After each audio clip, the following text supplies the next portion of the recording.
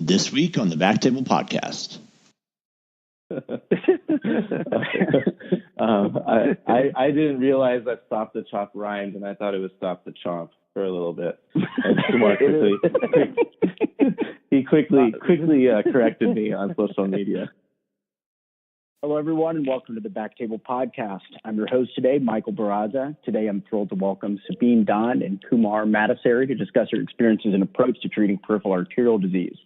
For the listeners who missed our last episode on lung ablations, I'm fresh out of fellowship at the University of Pennsylvania and just started working with a private group in Nashville. I really enjoyed PAD work as a fellow and hope to continue it, but nationwide, exposure to these cases is pretty erratic and in some places non-existent. So a lot of new IRs are tasked with the challenge of picking it up on their own. So Sabeen and Kumar, you're both regarded as experts in the field managing PAD, and I'd just like to start by asking both to share your story of where you are and how you got there.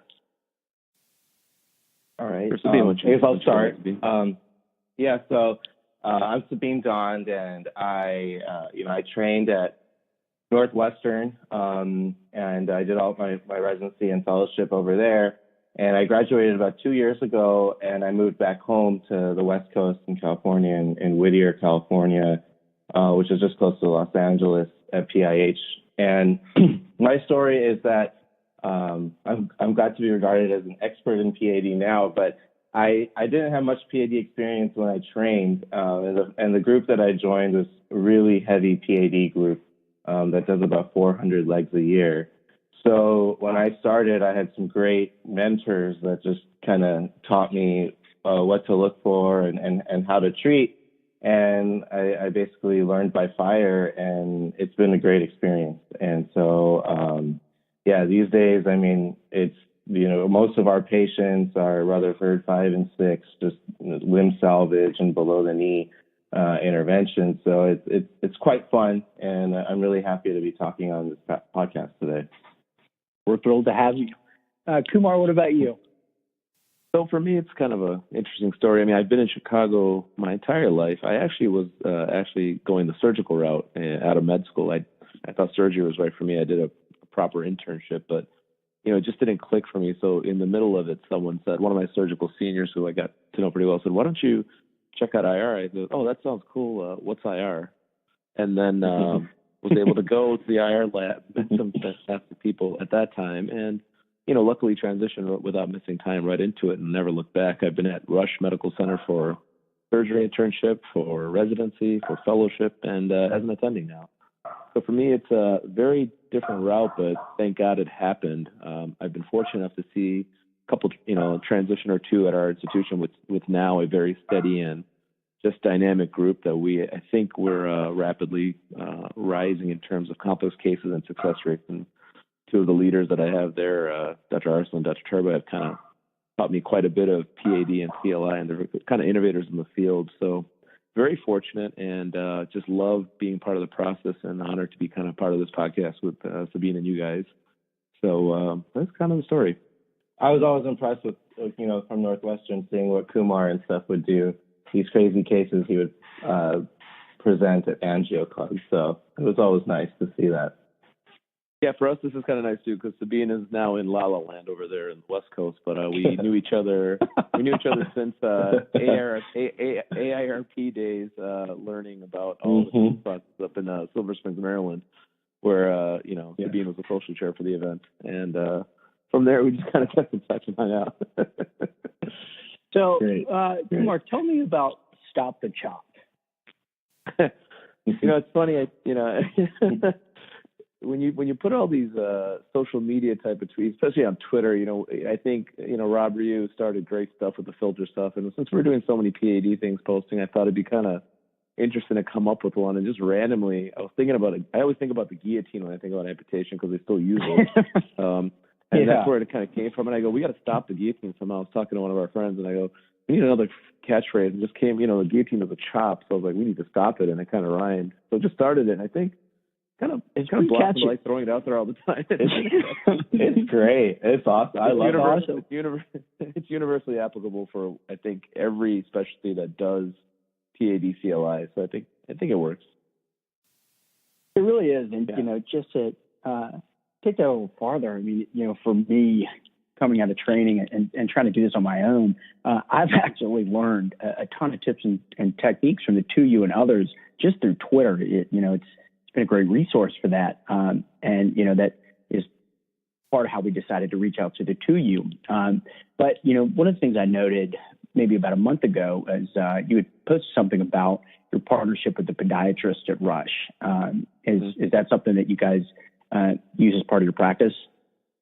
Yeah, I think the collaboration with podiatry is something over the last few years has been just growing leaps and bounds.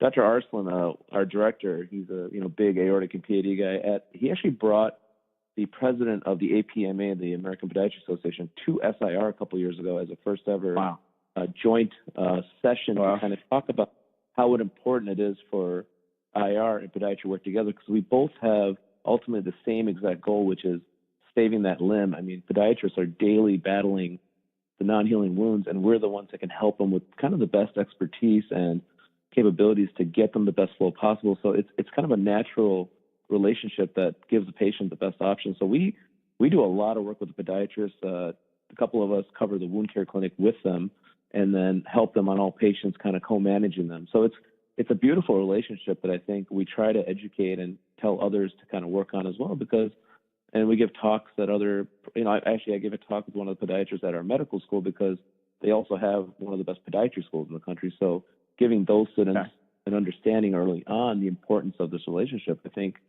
it's something we need to all extrapolate. Yeah. What about you?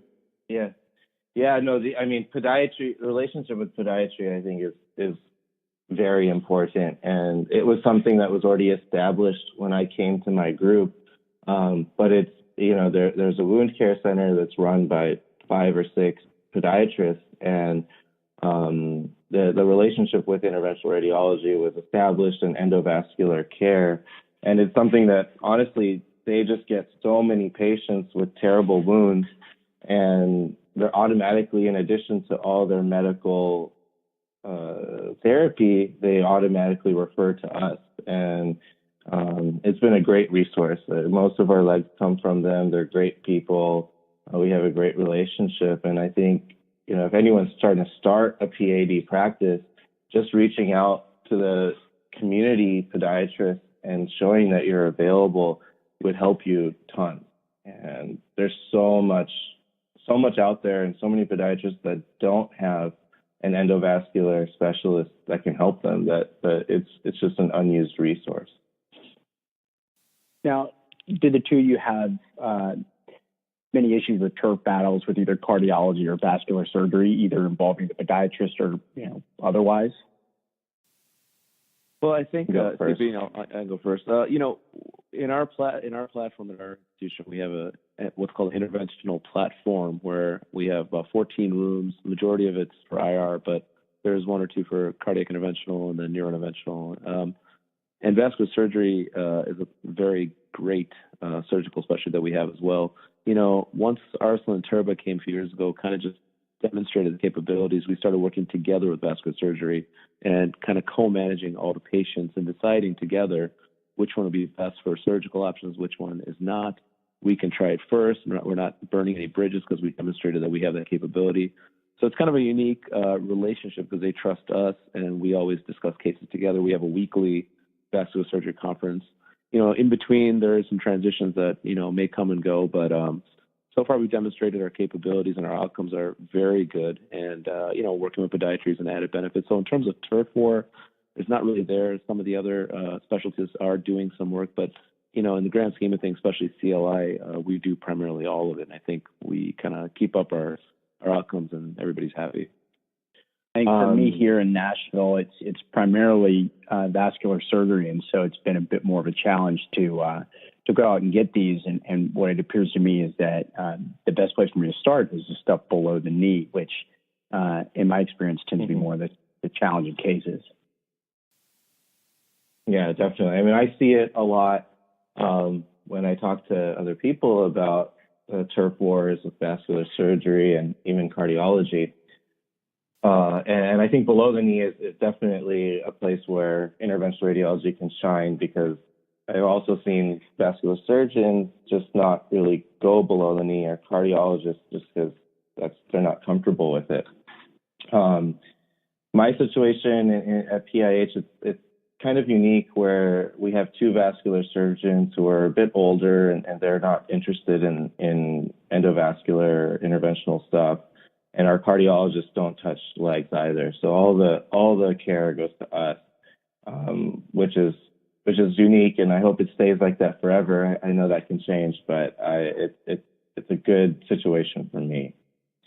I think some of the places sorry, go ahead. Mm-hmm. No, oh yeah. I mean, like I was saying, the below the knee though is where I think most interventionalists can really shine, and it is the tougher. They are the tougher cases, and if you have a good mentorship or something, someone just to kind of teach you how to do it, you can do a lot of good care. You know, this is something I think me and Sabeen actually were kind of talking with some other kind of colleagues around the country on Twitter about too. It's, you know, when you have those battles and you feel like it's difficult to get those patients or to work, you just have to kind of learn how to be the collaborative one, and, you know, take on the hard cases, but also try to mend a fence, try to reach out, try to say, hey, we can probably work on this patient together, or, you know, send the referral when you think it's a better surgical candidate. Once you open up those doors, which is not always easy, at least, you know, you're demonstrating a better multidisciplinary approach than just trying to do cases and feel like you're being observed, or, you know, whether you're cardio-interventional or interventional radiology or vascular surgery, you want to develop a system in your institution that gives the patient the best outcome, not just the service lines. Absolutely. Exactly. Like, I mean, even sometimes I'll call the vascular surgeon, you know, in the middle of the case, and have them review the films and ask them, do you think this would be better for a bypass? And more so, I kind of already know the answer, but I'm kind of just keeping them in the loop. And I think just working collaboratively is important, just to keep relationships up top too. Okay. So, you know, I'd like to take this opportunity to switch gears for a second and focus on some technical points. And for something this complex, I think that the best way I can think to tackle this is just to ask you guys to walk me through your approach to a hypothetical patient with CLI on your table, just with some specific things to address, including antegrade versus retrograde access, your go-to wires and catheters, and also your algorithm to crossing CTOs.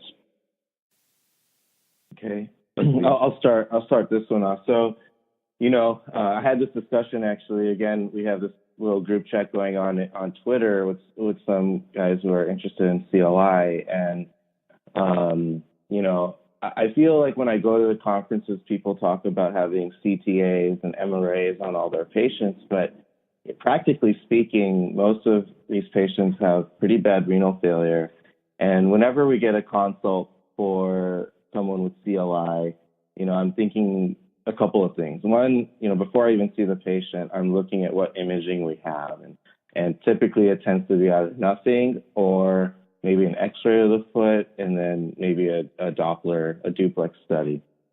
I've become a huge fan of the duplex studies to learn, you know, the anatomy, what might be occluded, where the disease is, and even just looking at access. So before I see the patient, I hope to have a duplex study, and already in my head, I'm thinking, where would I access this patient? If they're large and their body habitus doesn't allow, then I typically go retrograde up and over. But if, you know, they have a good femoral pulse when I see them, and they're not huge, or they have a flat groin, I'll prefer antegrade any day, and as long as they don't have aortoiliac disease. Is that because of the mechanical advantage, or is it just, you know, avoiding the trouble of getting up and over? No, it's the mechanical advantage for sure. It's just a straight line shot to the tibials. You really do lose a little bit with fighting the vector of the bifurcation, and especially if there's tortuosity of the iliacs, it hurts your torqueability and everything like that. Antegrade just makes things easier. I still use exchange length wires and everything, so I'm not using shorter systems when I'm antegrade, but I think the mechanical advantage is huge. And then, so the first thing I'm thinking about is access, but then I'm also, when I see the patient, I'm looking where the wound is. And I think the angiosome concept, it's been evaluated in a lot of detail. And, there's the angiosomes of the three vessels, the trifurcations of where they're supplying the foot. And there's data showing, direct intervention versus indirect intervention for the angiosome concept. And both are effective, but direct is better. Practically speaking, I'm just thinking I want to improve any flow, to the foot, whether it's indirect or direct. And before I go into my system, I guess I'll let Kumar talk about his approach before actually putting the patient on the table.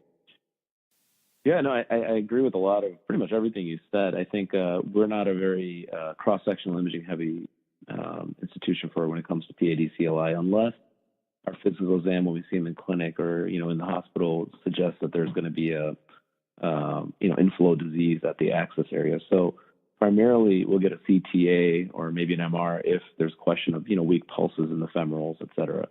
Or there's been, extensive aortic bifems, stuff like that. To get a lay of the land, I think cross-sectional comes in handy then. But we primarily rely on our non-invasives to get an idea of what we're going to do. Majority of patients will go up and over technique from the contralateral groin. If there's an issue or if tortuosity, all that, we can easily go antegrade on the same side.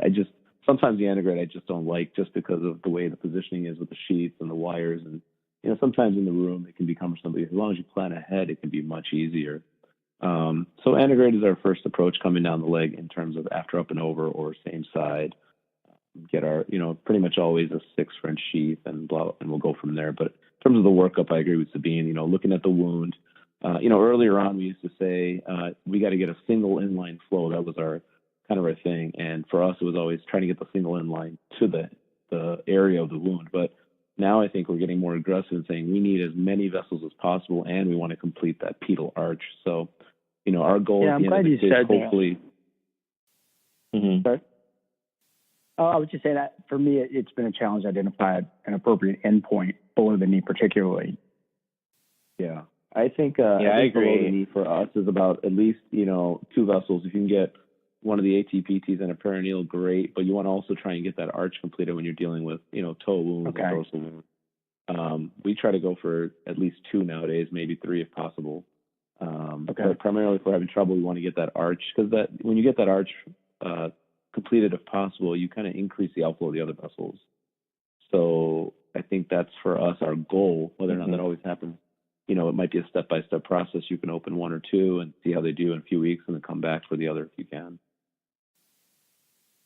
Yeah, I mean, I think it's a really good question, Mike, that you bring up. Is what is the endpoint? And a lot of times, I before the angiogram, the initial angiogram that we perform, I really don't know what those tibials are going to look like. I mean, it could be a complete disaster where all of them are occluded, which happens a lot. Or sometimes there's one vessel that has a lot of disease and then the other 2 are occluded, but maybe one will reconstitute distally. So I think a 2 vessel is a great endpoint. You have to consider time and everything too. I mean, my techs and staff start getting pretty antsy after 3.5 hours on the leg, and even myself,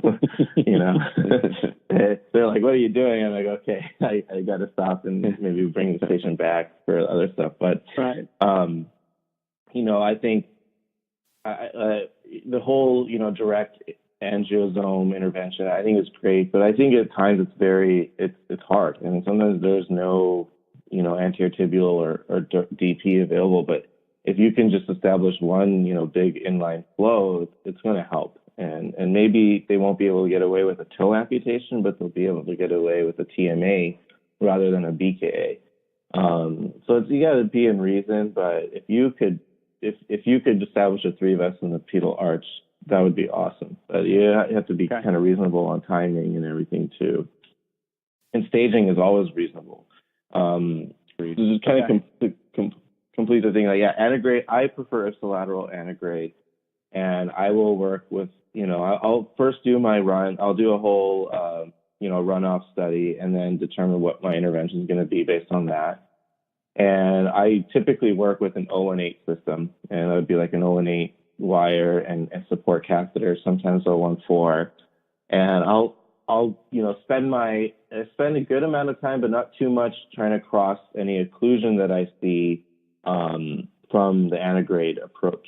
But I'm pretty quick to go pedal, and then we can talk about pedal later. But I'm pretty, if I'm suspecting a lot, I'll have the foot prepped and everything, and I'll go just, even after 5 minutes of trying antegrade, I'll go pedal. Yeah. Now, does your approach change if we're talking above the knee versus below the knee, approaching a chronic total occlusion? Are you going to spend time trying to go subintimal or go straight to the foot? Oh no! I mean, it's funny. Even when I go pedal, I feel like I end up going subintimal, but just in a retrograde fashion. Okay.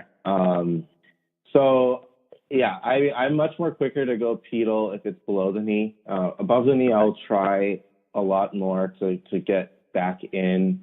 If I end up going subintimal into the lumen wherever it reconstitutes, but I don't use too many reentry devices and things like that. I will end up going I'll do a Safari or something like that if I need to. But I definitely work more in the antegrade fashion or through the flow of the artery if it's above the knee disease like SFA and POP. Okay. Yeah, I agree. I think above the knee, let's say if you have a CTO, the SFA pops open, you have a target.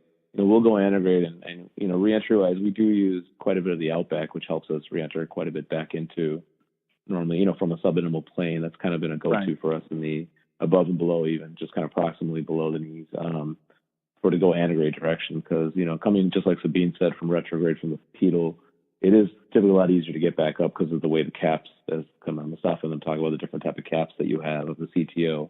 But, antegrade when you're in the above the knee, we can majority of the time do it just in the antegrade direction with the reentry or whatever else you need to use.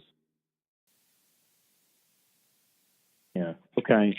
So, this brings me a good point to ask another question. And we've got a lot of relatively new technology in the field. And, just to bring up a few examples, what role, if any, do atherectomy or drug-coated balloons or embolic protection devices play in your PAD practice?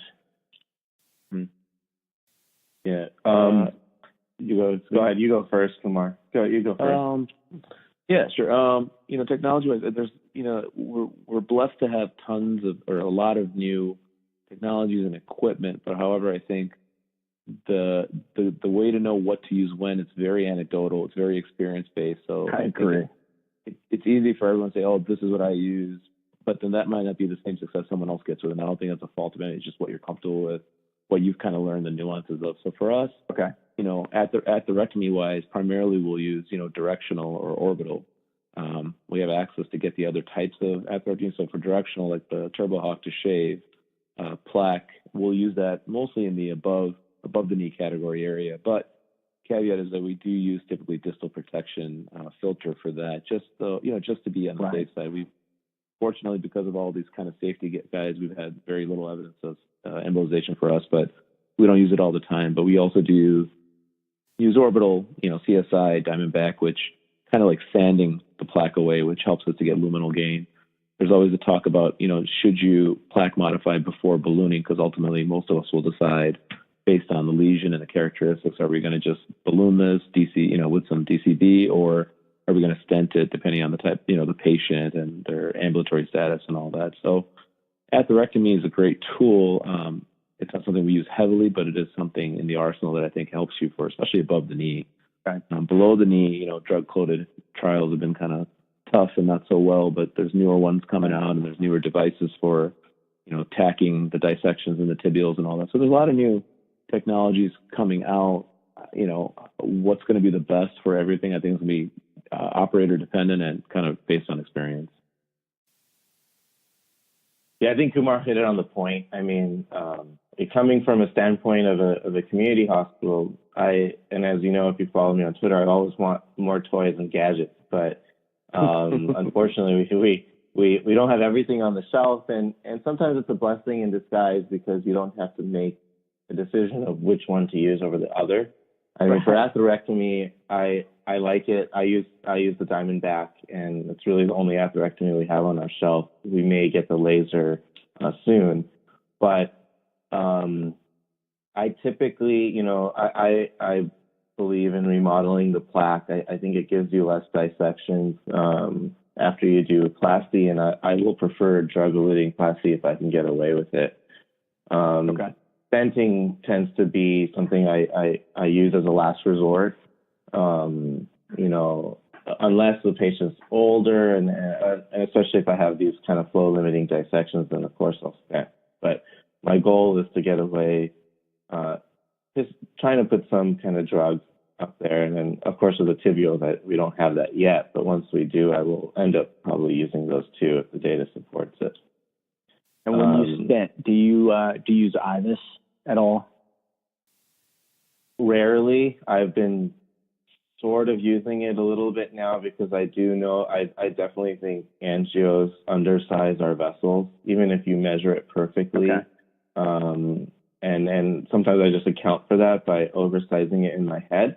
Sometimes it's hard. It's another step. We have to bring out the IVUS, but it's pretty useful because there's so much stuff you see on IVUS that you don't see on angio. We don't use IVUS, but I think there's a cost associated thing that many people may say, it's a purpose. But if you do notice, if you feel like you're getting results and follow-ups that are undersized, then I think it's something very reasonable. But as a routine practice, we don't. We just, based on angio and the contralateral side, if we have images or, you kind of get an idea. But I do agree with Sabeen. There's, you do get a ton of information, but then again, you get a ton of information. But is it important? You don't know. Maybe it's not even, clinically relative that there's some stenosis or residual stenosis. Right. Or the dissection you see maybe doesn't really matter if the patient's on aspirin or Plavix. So, too much information can be bad. But in addition, the other, thing I believe in for below the knee is I do think drug-eluting stents, the coronary stents, are really useful.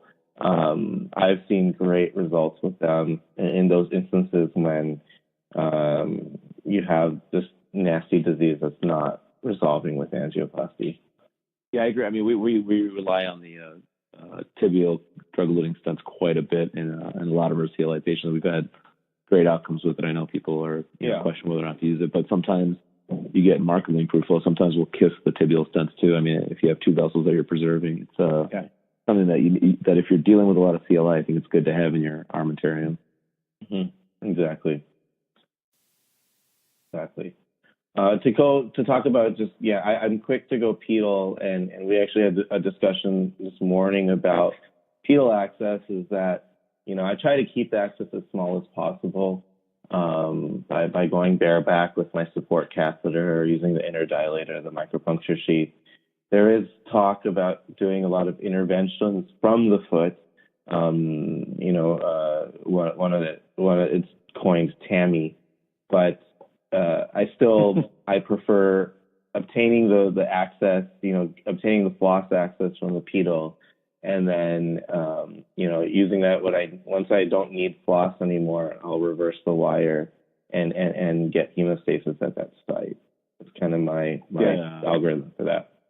I agree. We were just talking, like Sabeen said, we were talking about this earlier. I think we have a similar approach. We pretty much, puncture, and puncturing. Ultrasound's a great tool that we can use, and since we use it every day, we're pretty comfortable with it. But it's a very calcified artery. One of my partners, Dr. Arslan, he's more of a Rambo style. He likes to puncture everything under fluoro. Yeah. So he does. When you have a nice calcified vessel, you don't need to play with the hockey stick probe and all that. A lot of times you can stick it directly under fluoro. You can watch the vessel move, and then for us, typically what most of us do is, through the micropuncture, we'll put a V18 or we'll put a nitrix wire first, make sure it goes up, and then put the inner 3 French of the microcatheter in there. Inject a little contrast as you want to prove that you're actually in the artery. Sometimes you might get fooled with the vein. And then through the inner 3, we'll put a V18 as our primary wire to kind of go all the way retrograde. But like Sabeen said, majority of the time, we just keep that inner 3 French in there. That's about as big of a profile system we put in there. And, once we're doing our flossing and stuff, we'll keep the inner 3 with a little flow switch. And then when we're ready to switch our direction, we put the wire across, and then the hemostasis takes, just like a finger touch hold because it's such a small hole. It's, in our entire experience of pedal access, we've almost never used a sheath, a particular sheath, even though they do have, a couple companies cook, and there's a slender sheath. There's small profile sheaths, but we just prefer not to make big holes down there because those are the lifelines for what we're trying to keep open. But a lot of people that kidding, so I'm not against it. I'm not against it. But going along also, for us, like just to go back to earlier, we primarily use an 014 system, even in the antegrade direction, going in the tibials. We use most of us use either like a quick cross and a seeker after we have our main sheath in the SFA pop. We've treated or evaluated what the disease is up there. Now we're in the tibials. We'll use a seeker or a quick cross, an 014 wire. We start normally with a soft wire, something like a Hydrus T or a Command or something, and try to navigate our way. And then in the attempts, which are sometimes futile to go antegrade, we'll switch to a heavier tip wire or like a weighted tip wire, Stato or a Pro TTO, something like that, to give it a shot going antegrade. And once you're in the tibials, if that's not going, that's when we kind of get the foot going. And then, everybody uses different platforms. I think if you're in the 018, 014 platform, that's pretty much standard for everybody with the tibials. Yeah. Yeah. No, I actually, it's funny. A lot of people I talk to start off with an 014 system, and I guess just the way I started is I like the 018 just because there's just more really torqueability and pushability. But I've been with having the command wire and stuff, and I don't think it's worth going into all the different wires because that used to really it was overwhelming for me when I started because I didn't really know. Everyone that says this wire is good, this wire is good, and it's really whatever you pick, you stick with. Yeah, and then you learn that wire, and you get really, you get good. Mine is a V18, but I think, everyone else can use anything just as long as you remain consistent.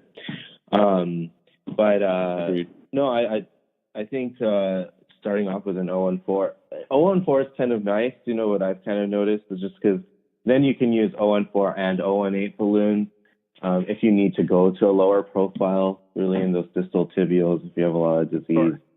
So, when you're ballooning down in the infra ankle, I think the 014 helps, like you're saying. I agree.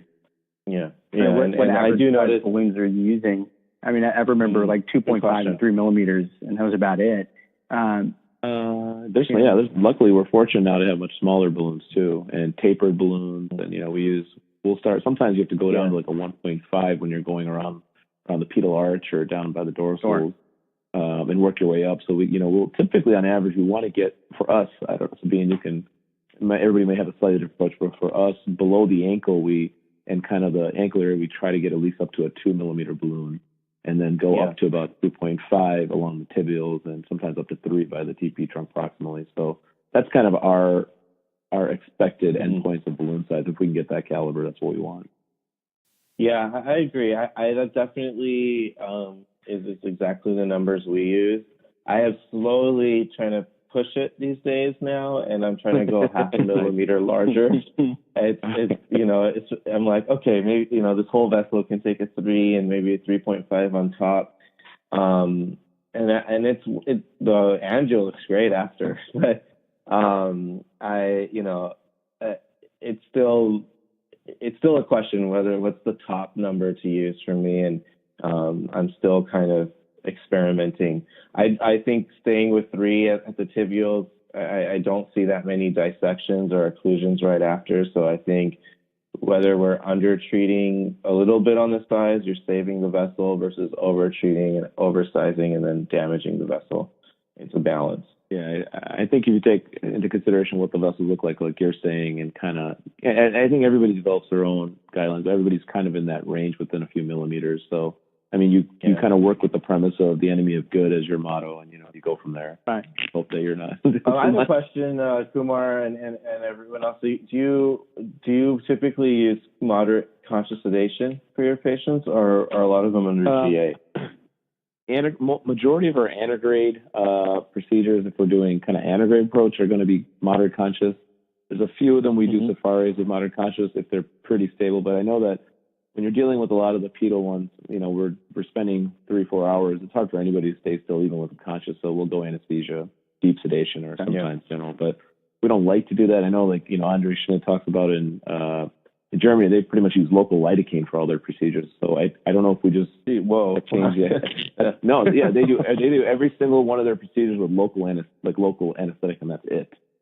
So wow. No, as far as it was maybe I was at a PAD summit with him and stuff, and he was telling the story, and my jaw's dropping. I'm like, that's incredible. Sometimes PICC lines are being conscious sedation, but I think he won't be doing mine. Mike, what about you? We did everyone at Penn with moderate conscious sedation. I'm sure that they've done a few with general anesthesia, but not in my experience, and certainly none with local anesthesia only. Yeah, I agree. We do most of ours with moderate conscious, but a lot of this will come up on my workup now, because I do notice I get a little bit of better outcomes when they are under GA, just because I'm not fighting their movement and whatnot, just a lot of below the knee. But I'll kind of assess the patient when I see them if they're like an old, frail lady, which sometimes surprisingly is it's better under conscious sedation than old, frail men. But no, I agree. I think I kind of just get an assessment. If I think they're kind of if there's something that's just giving me one little ounce, I'm a little bit quicker to GA. So I would say right now I'm performing about 15% to 20% of my outpatient procedures under GA now, which I don't know is the right thing. Are they increasing that? Am I putting them at another risk? I think that sounds like a very reasonable number, especially looking back to certain cases. I could very easily see myself starting to book the patients with really bad stage 4 CKD, because if anything the GA would save me a lot of contrast for the people wiggling around. Yeah, exactly. I think also the issue where if you try conscious sedation, which may work, it's great if it's working. Then you find out the ones who can't tolerate it on the table, then you got to reschedule them with anesthesia. Kind of spend extra time in another procedure. Which if you think your patient population can tolerate it, that's great. I just know our patient population typically just. It must be like a regional thing. They just can't sit still. I don't know why. Us too. I don't know. It must be those calcified arteries or something. I don't know. It must have something. They cannot still. Classic Chicago and California. Not surprising. Sabeen, I actually have a question for Sabeen. What is your intraprocedural anticoagulation in regards to also nitro? Great question. Things like that. What do you have issues with heparin versus Angiomax? Let me know what you think. Surprisingly, we don't really use Angiomax or anything. We're thinking about it, but we're heparin. We use heparin. I typically, once I get access, I'll get access. Say I'm going up and over. I'll first get access with a 6 French short sheath, and I'll use an OmniFlush catheter, and then get up and over. I'll do my whole diagnostic run.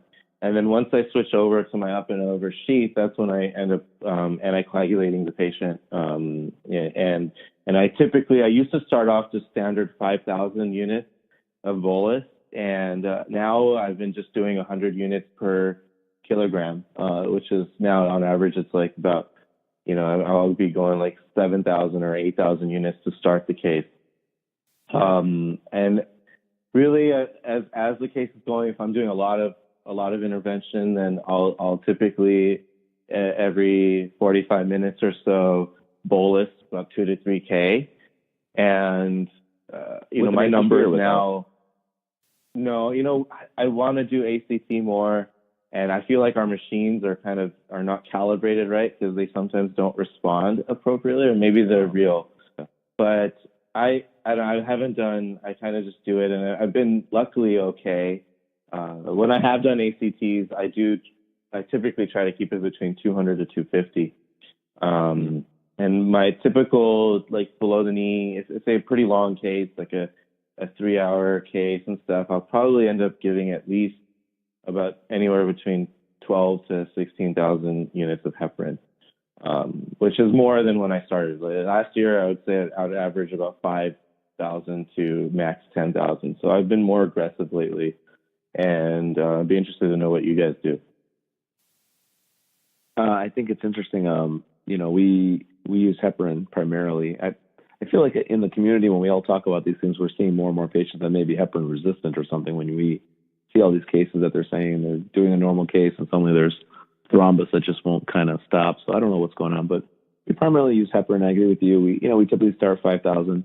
If we're letting the fellow kind of get the access and start, and we know it's like a disease vessel, we'll get 5,000 after they get access, just because they're going to be playing around in the artery, in the aorta. Yeah. So if we're blame it on the fella. Blame it on the fella. It's actually totally one of my partners' term taught me is if the fellow's in there starting the angio and you know it's like a disease, atherosclerotic case, just give 5,000 at the start. If we're in there from the start, then we give it after we do our sequential runs of the way Sabeen does. So it's very operator dependent in terms of our when we give the heparin first, but we typically start with 5,000. And I do agree with you. I think the weight base may be a better way to go. And we do check ACTs. It was painful last few years because the machine would take a minute to read, but now I think we got some newer machines where they can do it on the spot. So it's kind of sped up how fast the results come. Yeah, I must have the old. I have the old machines then. Yeah, it takes a little bit. There's like a point of care style one or something now that there's available that we use where they can instantly in every room just check it for us quickly. Yeah, I mean, I remember the fellow, asking for them in pen. It would take 1 to 2 minutes, and it's just like time would stop. It's just like how it is when you're holding pressure. It's like time slows down to a halt. It does. So the newer machines tell you. You get the the newer machines are pretty fast. There's definitely it's more maybe a fact of being impatient or a little bit of laziness that I don't do it, and I should, because I think it would gear and titrate my heparin better. I luckily, knock on wood, I haven't seen too many thrombus form after intervention. I've been lucky in that. It's happened once or twice, but when you go to these meetings and they talk about angiomax, I feel like they're saying it happens like 10% or 15% of the time, which I don't see that in my patient population. We see it every now and then, rarely, but I know some people just kind of showing it out there in Twitter and stuff. But again, I agree with you. I don't see it as often. But what about use of nitro or calcium channel blockers for atherectomy? Since you spin a lot, are you using nitro during the spins or anything like that, or just the Viper solution? Well, yeah. So the Viper slide already has about 800 micrograms. I think our standard solution is 800 micrograms of nitro in there, or 8 milligrams. So it's a big dose in the bag. So I'll after every spin, which is usually lower or medium, I'll push the button to kind of I forget what it streams assist. It injects more of the solution over the wire. Correct. And it runs it through. And so I'll do that a lot. But I also inject nitro if I'm worried about if the tibials are small and this is not atherectomy, just plasty. I do inject some nitro through my access sheath, in the SFA or something, and let it kind of bathe the vessel. I don't have any data or even anecdotal evidence to say that it's better than if I didn't, but it makes me feel better. Keep in mind. No, I agree. I don't know yet. What about? And my boluses are typically like 200 micrograms of nitro, in something like that. And when I get pedal access, though, for sure, I use a radial artery cocktail. I just treat it like a radial artery. After I get access to that, I'll put 2.5 of RAF, 200 of nitro, and I'll even put 2,000 or 3,000 units of heparin. But I'm a little bit scarred. I had one of my first cases when I started going pedal, the vessel occluded, and ever since then, I've just been really aggressive of putting whatever I can in there. Yeah. I mean, and that was probably the fellow's fault anyway. What's that? That was probably the fellow's fault anyway. Yeah, exactly. It was the tech's fault. For me, I just blame the tech. Be careful if you blame the tech. They'll get you back. Fellows won't. I know they do. But that's interesting. That's a good approach. We've never really used a cocktail from the leg, and we haven't had any complications. But that's not a bad safety guard. Quite frankly, I don't see any reason not to. Yeah, it really, I just treat it like a radial artery. I mean, it's really just to kind of keep that flow going across the inner dilator or the quick cross. And yeah, I haven't had issues with hemostasis at the pedal site or anything like that. So yeah, I recommend that cocktail. But again, there's no evidence. I don't have evidence or something to back me up, except that I haven't had an occlusion since using it. Great. That's enough for me. Well, I mean, this is an extraordinarily large and complex topic, and so I know we're not going to cover everything, but I think we've really got some really great stuff here to help really anybody, particularly myself, go and do this in practice. Just before we go, and one last question, I just wanted to get your input on, how you recommend, early career IRs like myself can approach just all of the technological advancements and educational resources. Like, how do you stay on top of all this? I'll start here because, for me, I mean, what you mentioned it in the beginning, Mike. I mean, one is Twitter has been an awesome resource. I mean, you just see people obviously are posting really good cases. They're not going to post out bad outcomes, but you learn a lot on it. And, I've learned so many things, either in PAD or other spots too, that I've used in my practice now. So that's one aspect. I don't think it's everything, but it's something if you're, especially for early career IRs who are a little bit like into social media or into computers, like it's a fun thing too, and a networking aspect as well. I think the other way I've kept up on a lot of things is just looking at cases, whether it's my partner's cases, but if you're in a practice that isn't doing it and you're starting it, then just looking at other people's cases. Like there's Endovascular Today always has some really good ones, and just reading online, just seeing what people go through, then you actually really learn, all these alternatives or things that you can do. So, and it's always nice to have someone who knows. So for me, like my partners that are older than me have been doing this, and I just if I have a question, I go to them. But if you don't have that, if you have a friend or something that that does it, or anyone else who's available to talk on the phone if you have questions, that's really helpful too. And I think just having a point of guidance, is something can help, because these vessels are, in the end, in interventional radiology, we're used to anatomy, arteries of all different types. I mean, it's not hard. It's just something to get familiar with and to battle the politics of it too. I think with those two things, CLI is something that we can 100% treat and get awesome outcomes. I know we can. Mike, it's a great question you said, because I think I get this from a lot of guys around too, especially with social media as a good platform to reach out. But when you're out there and you don't have the fortunate guidance that Sabeen has, or I even have with my partners who are phenomenal at this, I think a couple of things is because we're in such a virtual social community, you have access to everybody that you can reach out to, including us, which we're all still learning too as we go. Everybody's learning in this game. Mm-hmm. But now you have a platform where in the old days you had to know somebody who knew somebody or run into them and get their number. But now you have ways to reach out. I get a lot of messages, not for any particular reason, but just questions and dialogue, and it starts from there about, hey, what would you do here? We send a picture. This is what I would do, or we ask somebody else. So now you have a huge audience of experts that you can ask, far greater than us, and have direct contact to, and you can reach out to them, ask for their number.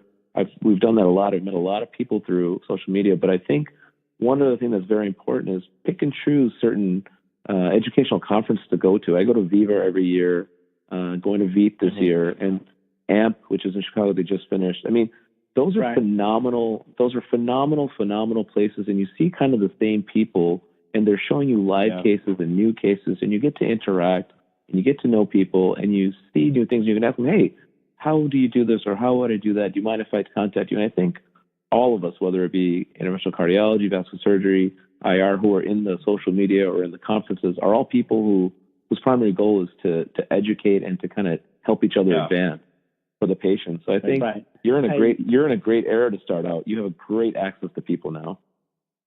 Absolutely. And I'm really impressed and appreciative of really how quickly and enthusiastically people have gotten back to me for procedure-related questions like that. And, that is really what we're hoping to make with Backtable, is just to make it an appropriate resource, for the IRs and really for anybody in our sphere to just, help answer these questions, talk about techniques, ideas, basically make it like a virtual angio club. I think exactly. You guys are doing a great job with this, yeah. No, I think it's great. I mean, I think for early, I'll tell you a little experience is just, I think it's great what you guys are doing at Backtable, because I feel like the SIR open discussion forum is also a really great resource to ask questions, but I feel it's pretty much run by the older generation, and there's a couple egos on there and things like that. So I agree. I would like it to be something where, a fellow could get on there and ask a question he's embarrassed to ask on there. What wire do I use here? Something like that. And I feel the stuff on open discussion is like more complex, or just like kind of end stage and all, but like something to have, like Kumar said, reach out on social media, and also on your platform, I think would be great. And there's there's no stupid question, especially in the early career. And that makes me feel better. Yeah, no, for sure.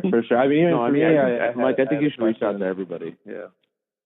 Yeah. And I have, but this is the point of it. The podcast like this, the idea is education and collaboration, and we're so appreciative of the two of you and everyone else who's been involved with these.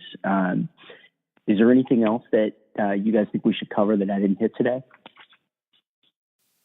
I think, I think we're lucky to have Sabeen. I think you get two different perspectives on there, especially Sabeen kind of going and just self-dominating with a little bit of guidance. I mean, it's incredible to watch because, it's just different from where you train and what you do. And then you go out and just like you have to kind of develop your own game and how you do it and how you, develop relationships and politics. But I think we kind of hit a lot of the bases. I think talking more about how to collaborate and develop multidisciplinary systems in your own practice with other specialties to kind of, make it less of a turf battle and more of a patient success system is what we need to work on. And I think that's everybody's approach on how to do it is something we can all learn from. And, Stop the Chop has to continue. Yeah, Stop the Chop. Our Stop the Chop. The Chop, indeed. A little bit. I didn't realize that Stop the Chop rhymed, and I thought it was Stop the Chomp for a little bit.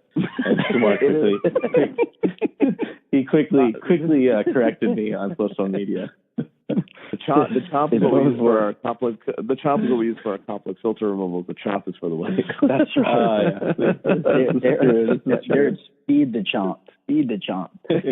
Need the chomp. Gator chomp. Well, this has been fantastic for me, as I'm sure it has for all of our listeners. I just want to thank you both for the time, for the effort, and for helping keep all of us informed. Oh, I say thanks so much for that. I think it's a phenomenal platform that we even have this capability to kind of just have a chat and kind of reach out to everybody, and it develops a lot of dialogue afterwards too for everybody. So I appreciate that. Yeah, I did know what Kumar says, and it's thank you for inviting me to talk. I'm happy to talk about anything else too. I agree. I'd like to share my enthusiasm with the rest of the IR community and anyone else, and happy to help in anything, because that's what helped me, so I want to return the favor. Thanks so again. much. And, just for all of our listeners, I direct you to the Apple Store for our Backtable app, and you can find us on Twitter at @_Backtable. Let us know what you want to hear, and we can keep these discussions going. Thanks again, everyone. Thank you. Thanks.